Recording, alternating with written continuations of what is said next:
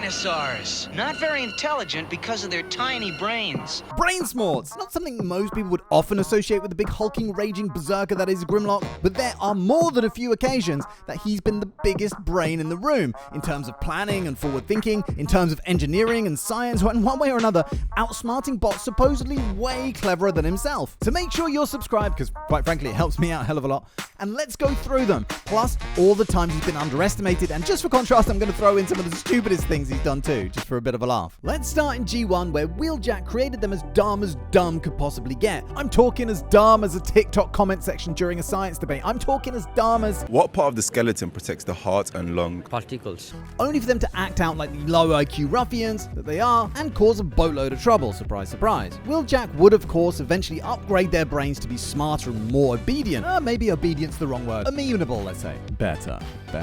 From which point on, they turned out to be pretty useful. The most flagrant example of what I'm talking about here was when he temporarily gained super intelligent in the episode Grimlock's New Brain, after he was exposed to anti-electrons or whatever bullshit plot device they came up with that week. Basically, he ripped a bunch of computer cables out of a console with his teeth. You stupid. But bizarrely enough, it gave him super smarts. Made him speak like this. I'm occupied installing the multifaceted inverse thrusters. And walk around like this. Oh, I'm so smart. And even construct a whole team that could not only turn into jets and fly, but Merge! combine into a super killing machine.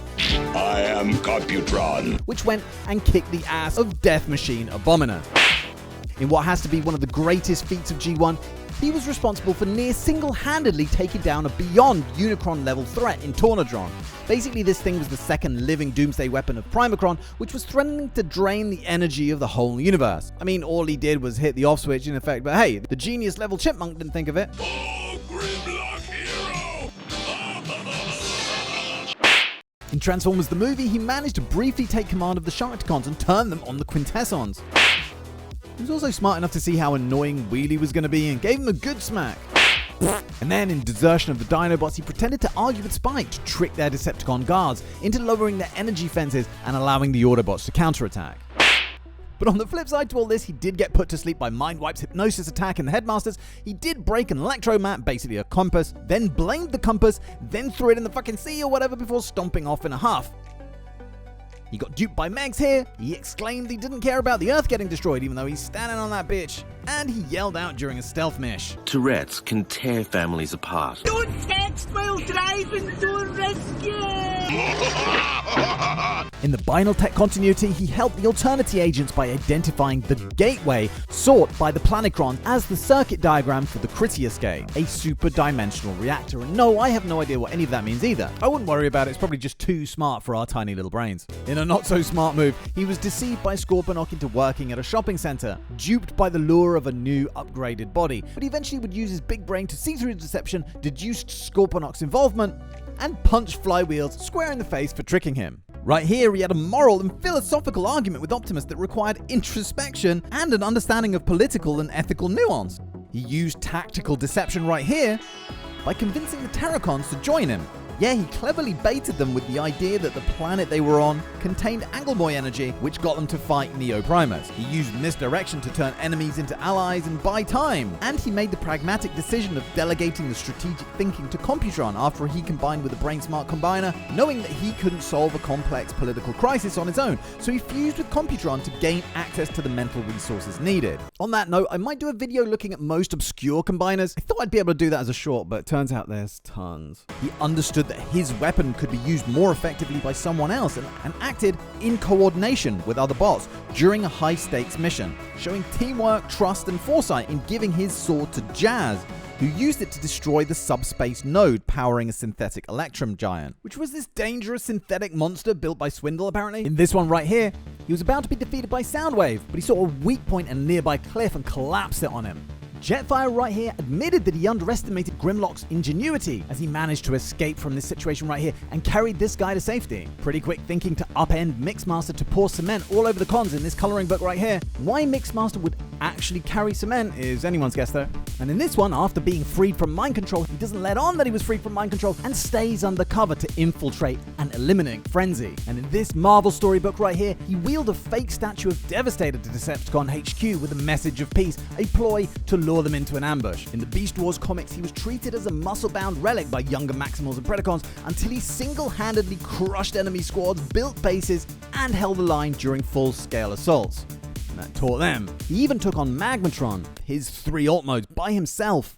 Alright, let me just hit pause real quick right there to talk about all the news that dropped over the past couple of days and get your thoughts on it. We've got Josh Cooley live action. Where the fuck did that come from? G.I. Joe crossover is still happening apparently. I'm a little bit more apprehensive about that. And according to Twitter at least, these two aren't the same project. The Skybound comics changing hands. And of course, the bombshell that Michael Bay might be returning to the franchise, which I'm really super nervous about, considering he did drive the franchise so far up shit creek. No idea what form that would take, but my money's on soft reboot, like another soft reboot. None of this is confirmed yet as far as I know, but there are a lot of outlets talking about it, which means that we've gone from absolute desert-like drought to absolutely drowning in news in the space of like 48 hours. It's crazy. Anyway, I'm absolutely dying to hear what you guys think, so please get in the comments and let me know. Okay, back to Grimlock and into the Marvel comics, wherein his very first known deed was absolute genius. This was well before the Dinobots were put together, but he stole several spaceships from a Decepticon base and stashed them away for a rainy day, which would later come in really handy. He was involved in some pretty rad deception right here, although I think Ratchet is the brains of this operation, where he faked a video of Shockwave being defeated, which lured Megatron into an ambush, where our guy was ready and waiting to grab himself a morsel of Megs. He reevaluated his plan to seize leadership by letting Trypticon wear down the Autobots when he saw the human ingenuity on the part of this here woman Rachel Becker, and that persuaded him to join the fight and set the Dinobots on a mission to tear up some Decepticon ass. He clearly had a nous for either subterfuge or intelligence gathering or something, because after Swoop's past disgrace in connection with the grudge match over the name Swoop that he had with the Predacon, Grimlock admits that he already knew from Optimus Prime's files, but dismissed it as unimportant and made a deliberate leadership decision to stand by Swoop, which also shows emotional intelligence and loyalty. He showed the same skill again here when he discovered a filed away report on the experimental substance Nucleon. He deduces its potential to revive fallen Autobots and formulated a plan on his own involving knocking out Cup, stealing a shuttle, and retrieving the Nucleon. You could say that he outsmarted even Optimus here, who didn't want to pursue the Nucleon avenue but saw the advantage pretty quickly once Grimmy had done all the dirty work. And then later, after Primus teleported them all to fight Unicron, leaving the Autobot forces somewhat scattered and disorganized, he put his plan into action by focusing on his priority mission, pumping Nucleon into stasis-locked Autobots, rather than wasting time trying to find the other missing Autobots like all the others were doing. A not-so-smart move now that saw him flirting with proper tyranny when, as leader of the Autobots, and with Blaster refusing to fall into line behind him, Grimlock threatened to kill Blaster's friends, a bunch of kids. Say what? If Blaster didn't fall into line, he made them walk the space plank too. Oh my god, this little one with the teddy bear is like, can we go home now? And Grimlock's like, silence! Yeah, he's proper like, shut the fuck up and die, kid. It worked though, and Blaster gave himself up, but damn, that's pretty ruthless there, Grimmy. Oh my god, she's crying and shit. So Grimlock had this thing called a variable voltage harness. Variable voltage harness! Created basically a torture harness to punish not just Decepticons, but anyone who dared to speak out against him. And of course, Blaster was the first to get strapped into this thing. Then Grimmy found out and got pissed off that Fort Max was running this one particular base without his almighty consent. So Grimlock, being Grimlock, wanted to fight him for it. And because Fort Max had just been seriously damaged by Shockwave, he allowed Blaster to do the duel in his stead. Grimlock proceeded to put a beat down on Blaster until Ratbat made the mistake of attacking, prompting Blaster and Grimmy to temporarily set bygones aside. So a little bit of strategic thinking come in here, with Grimmy subordinating his huge ego for the greater good and calling a truce with Blaster to fight off Ratbat's forces. And after all this, Fort Max was like, Jesus Christ, we need Optimus back, and sent some troops to go fix him up, after which Grimmy recognized the need to step aside for the greater good when Optimus returned. I think that was pretty smart. After an alliance with the Cons, he showed a healthy cynicism and had the Dinobots place tracking devices on the Decepticon ships without telling anyone, which was pretty handy because Bludgeon threw a bludge and betrayed their alliance, stealing the Autobots' ships and leaving them stranded to die horrible deaths. This is where the ships that Grimlock stole come in, because Grimmy used them to rescue the rest of the Autobots, including Prowl, who'd basically been siding with the Cons, trying to give them the benefit of doubt and all, but in so doing basically calling Grimlock a big violent dummy for the past several episodes. Even after Grimlock saved them all, Prowl was still moaning about how he could have stolen a faster ship. What a dick. So it was really satisfying when it turned out to be Grimmy's smart that saved all their lives, allowed them to track the cons, and lay some punishment down on their asses. In the wake of Starscream's devastating attack on Earth and Grimlock's apparent death, a fragile truce was declared between the Autobots and the cons, with Ratchet being bullied into making a new pretender shell for reformatted Starscream by Megatron. While he did that though, he also made a pretender shell for Grimlock, who sat there hiding in plain sight knowing what was to come. Once his task was complete, Megatron went back on his promise not to kill Ratchet, and was about to shove his fusion cannon right down his gullet by the looks of things, when Grimlock was like, "Ta-da, motherfucker!" and took on Megs by himself. He got beat, but he also saved Ratchet from having to throat some serious pipe. When he was accidentally teleported into the heart of Cybertron, and right in front of Transformers god Primus, he asked for proof of him being a deity. Primus's keeper was like, "Come on, bro, you need to have faith." Grimmy was like, "Fuck that, I ain't taking that at face value. Who the fuck would believe all that shit?" But when the cons came along and blasted the keeper in the back, Grimmy was like, whatever, and smashed Octopunch's face in. This whole thing resulted in Primus being awoken and attracting Unicron to Cybertron, and in the battle against the Chaos God, Grimmy smashed the Ark into the giant's face. He correctly identified a Decepticon distraction tactic when Rodimus didn't, and he negotiated a deal with Starscream, agreeing to protect him from Megatron in exchange from a systems boost to save Snarl's life, showing that he could set aside grievances to safeguard a friend, but he always stayed on his guard with Slippery Starscream. He did recover pretty well after falling into a con trap right here, successfully performing a complex medical recovery on himself. He kept his head to still be able to make tactical decisions all the while, even though he was wounded. And here, he rebuked Optimus for adhering too rigidly to the Autobot code, emphasizing that winning a war may require brutal pragmatism. And I reckon, technically, he's not wrong. If you're prepared to sacrifice innocence, you'll probably accomplish your goals quicker. But fucking hell, you've got to be seriously cold. Right here, he beat Devastator back into his component box, grabbed a fleeing Scrapper and tossed him into Soundwave, broke free from the Constructicon's dogpile, all of which amounts to selecting and disrupting key targets. So it's not just brute power, it's smart prioritization in combat. He pretended to betray the Autobots to outsmart Scorponok. This helped the Autobots reverse the effects of the Gene Key and foil Scorponok's scheme to convert all Autobots into Decepticons, and very cleverly, he recognized the signal from the Nurser as a message from the other Dinobots. In this nursery, he shot open a containment unit housing Inferno, who, because he was unstable due to consuming Nucleon, promptly exploded. So he basically used a teammate as an explosive device. Again, ruthless, pretty smart though. He figured out that someone was mind controlling Megatron right here, then tracked the signal back to Auntie. Auntie being a supercomputer that was designed to protect the Ark, but went absolutely apeshit. He tracked the signal back to the computer core and destroyed it. And at the end of this one's called Secrets and Lies, by the way, he got properly philosophical and powered himself down for what he thought was the final time, in a real tears in the rain moment, just having had enough of all the fighting. Again though, just a couple stupid things. He nearly blew up the Ark and everyone on it when he couldn't help himself punching a drone called Guardian, knowing full well it was strapped with a bomb. He threw himself at Galvatron without a second thought, even though Galvatron was quite a bit more powerful. Guess that's just what Grimmy's like though. His overconfidence saw him leading his team straight into a trap, and then here, his fame went to his head, and he became this kind of public figure, opening supermarkets, going on talk shows, and playing celebrity football matches. Oh, and apparently he hated tracks so much that he actively tried to sabotage his revival, and that led him to being forcibly stuffed into the auto restoration machine himself, painfully. He did try to pick a fight with two Sparrows in Transformers Animated. Not the smartest thing to do, but his enragement at getting pooped on by the two avians did teach him to transform into his robot mode. Me Grimlock like. Again, he disobeys orders here to rescue Swoop, calculating long-term benefit over short-term obedience. Interestingly, Optimus says that he sees it the other way around, stating that Grimlock is no fool, but he refuses to see the long view. He was seriously underestimated by Starscream in Fall of Cybertron when Screamy tried to manipulate him into becoming his enforcer. He called him dumb in a few roundabout ways. Should I speak more slowly?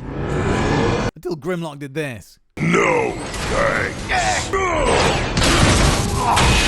He proposed a one-on-one duel with Circuit to minimize damage to his team. And here, he was able to resist mind control. Although this was more about willpower and cognitive resistance to brainwashing rather than smarts, but it is all still mental strength. Then in the Beast Hunters comics, he planned to build a new city on Cybertron, something that showed societal vision and a shift towards reconstruction rather than destruction.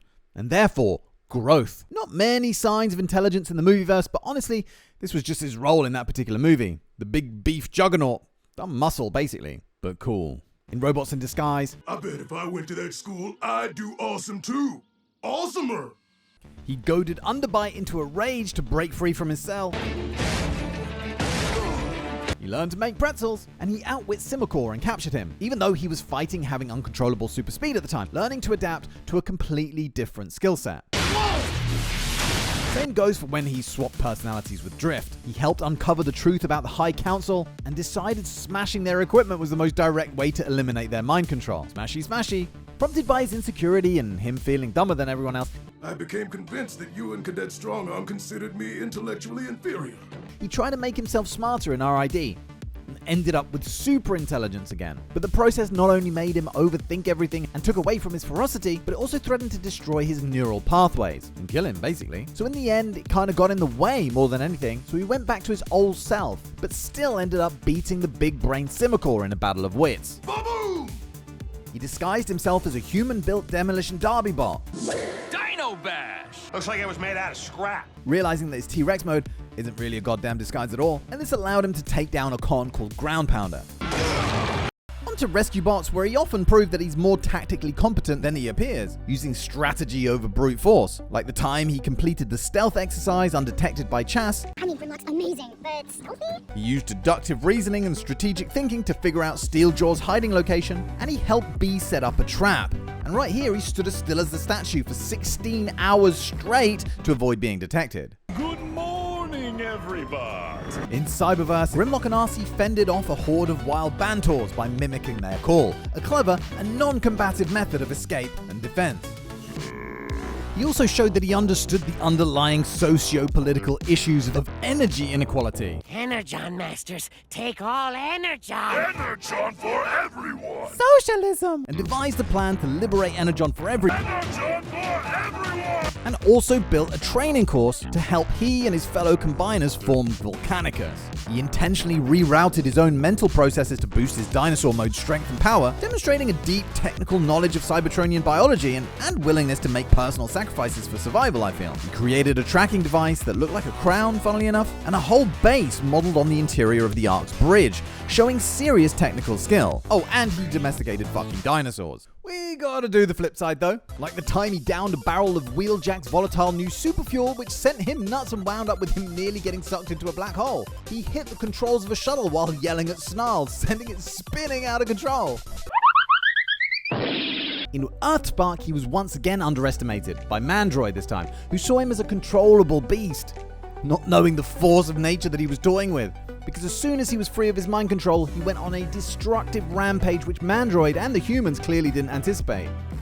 And then when a bunch of emotional trauma flared back up from some PTSD flashbacks, it showed that we all underestimate him as a one-dimensional brute. But this episode showed that he had inner complexity, emotional pain, and the strength to overcome it. Let's move on to IDW, where straight out the gate, he outsmarted Shockwave, a bot who was pretty close to rewriting all of history, let's not forget, by planting a dead man switch, an explosive failsafe, which ignited a volcano to bury them both should he lose. Yeah, he knew he might lose the battle and pre-planned an apocalyptic contingency plan. It was a calculated trap triggered by his own defeat, and he outsmarted Shockwave by thinking several steps ahead, burying him in lava and neutralizing the threat that he posed, at least temporarily. He pretended to consider an offer from Scorponok just long enough to activate his transporter chip and teleport the hell out of there. And he preemptively reinforced his position with powerful allies, the Monster Bots, in a battle with Human Outfit Machination and their clone army. Also, his choosing of his alt mode was perhaps another time that we've underestimated him, like at first glance. It does seem like it's not much of a disguise, but when you think about it, he'd only really come out from behind the curtain when subterfuge is long out of the window anyway, so he might as well have something that's imposing and intimidating. In the early days, he ended up on the run from the Autobot Council and ended up fighting in the pit, where he and the other Dinobots stood out for their raw prowess. When considering them to join the cons, Megatron stated that they possessed one weakness: